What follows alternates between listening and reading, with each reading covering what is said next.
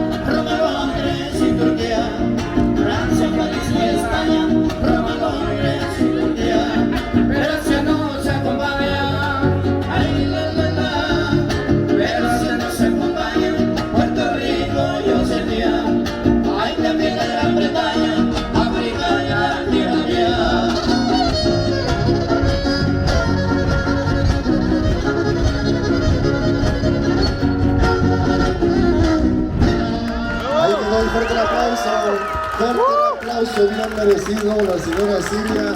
Muchas felicidades, señora, por bailar a esta edad.